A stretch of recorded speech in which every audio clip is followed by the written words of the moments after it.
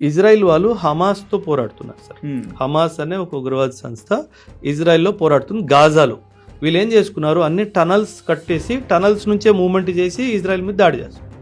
Israel ఒక bomb కనిపెట్టింది sir, దీన్ని స్పాంజ్ బాంబ్ అంటారు.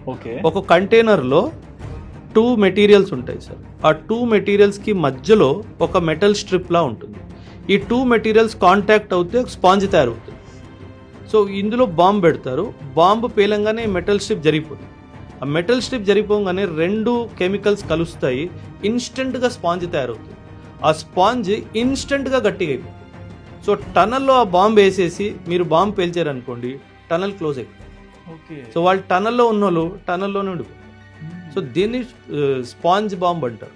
So Israel hats off, Israel intelligence network కానివ్వండి, ఇజ్రాయిల్ ధైర్యం కానివ్వండి, ధైర్యం సార్. ఇప్పుడు ఈ లాస్ట్ వీక్ జరిగిన దాడిలో ఇరాన్కి చెందిన టాప్ మిలిటరీ లీడర్స్ని చంపేసింది sir. Imagine, India operation Sindoor జరిగింది కదా sir. Operation Sindoor first day Asim మునీర్ని మనం చంపేసినాం అనుకోండి sir. What is the achievement? అంటే లీడర్షిప్ని ఎలిమినేట్ చేసేసినాం. అంతే కదా. ఆర్మీ లీడర్షిప్ని, ఇంటెలిజెన్స్ లీడర్షిప్ని, సైంటిఫిక్ లీడర్షిప్ని ఒక్కటే దెబ్బ మొత్తం leadership gone. See the courage of the nation.